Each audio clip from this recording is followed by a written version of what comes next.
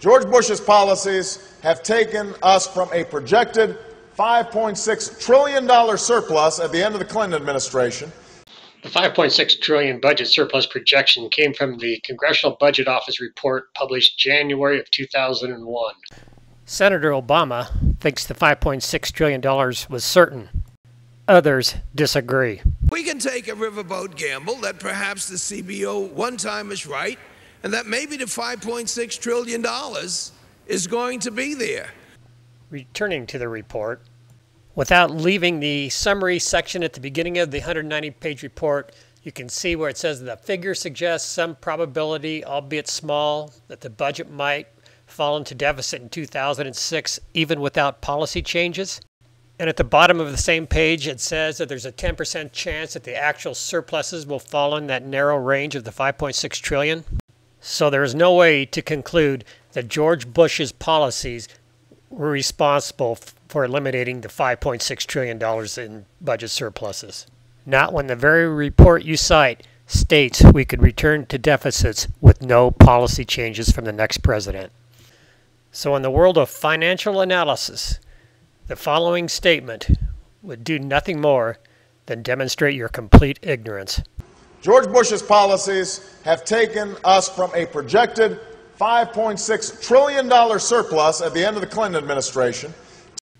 Let's look at two viewpoints on the uncertainty of the $5.6 trillion budget surplus.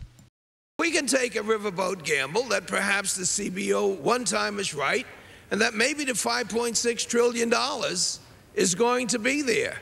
The following excerpts are from the Senate Budget Committee hearing on the Budget and Economic Outlook, the $5.6 trillion budget surplus projection in January 31st, 2001. Included in the excerpt are Senate Budget Committee Chairman Kent Conrad, Democrat from North Dakota, and Deputy Director of the CBO, Mr. Barry B. Anderson, both on January 31st, 2001.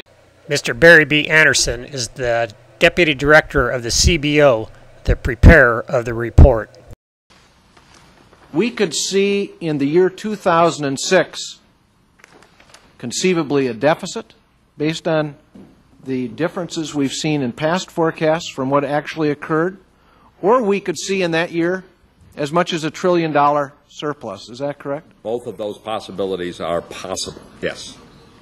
I just want to urge people, that is the uncertainty in this forecast. But we can take a riverboat gamble that perhaps the CBO one time is right, and that maybe the $5.6 trillion is going to be there. George Bush's policies have taken us from a projected $5.6 trillion surplus at the end of the Clinton administration.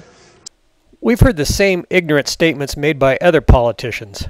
When President Bush took office, he inherited President Clinton's surpluses, 4 years in a row, budget surpluses, on a trajectory of $5.6 trillion in surplus.